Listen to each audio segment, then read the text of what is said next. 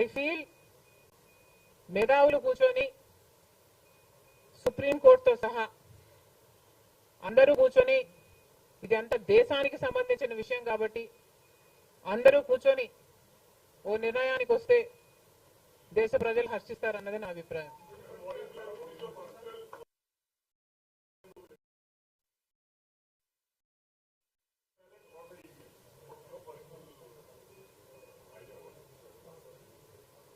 How does it matter what I think personally? Exactly. The reason I want Supreme Court to be involved is because I don't know the entire positives and the negatives of it.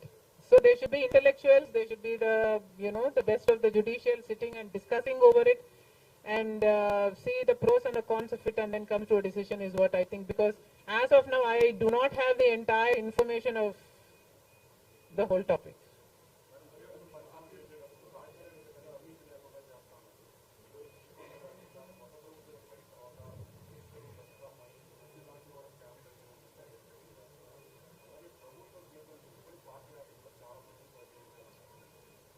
ప్రజలు బుద్ధి చెప్పారు కదమ్మా, ఇంకా నేను మాట్లాడటం ఎందుకు.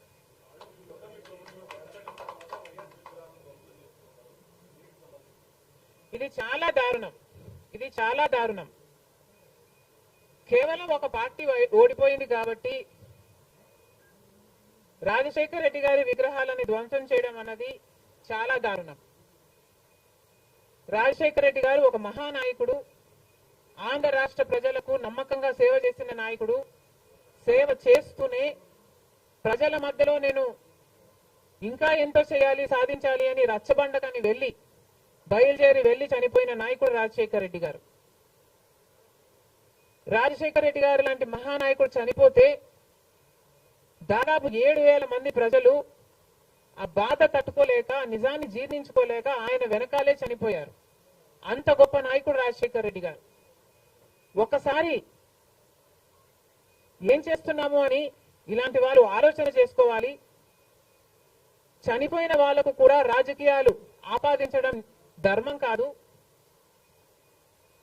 చనిపోయిన వాళ్లకు కూడా గెలుపు ఓటములు ఆపాదించడం న్యాయం కాదు.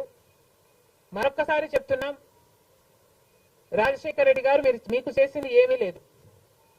దయచేసి రాజశేఖర్ రెడ్డి గారి విగ్రహాలను ధ్వంసం చేయడం ఆపండి. మీరు చేశారని వాళ్ళు చేశారని మీరు, ఇలా ఒకరి మీద ఒకరు చేసుకుంటూ పోతే దీనికి అంతే ఉండదు. మళ్ళీ చెప్తున్నాం, మీకు ఇంకొకరికి తేడా ఉండాలి అంటే కొంచెం పేషెన్స్ పాటించాల్సిన అవసరం ఉంది.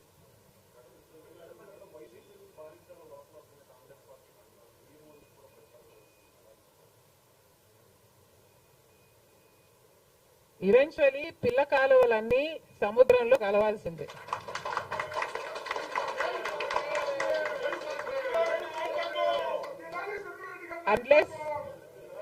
అన్లెస్ అవి ఎండిపోతే తప్ప. Yes, definitely.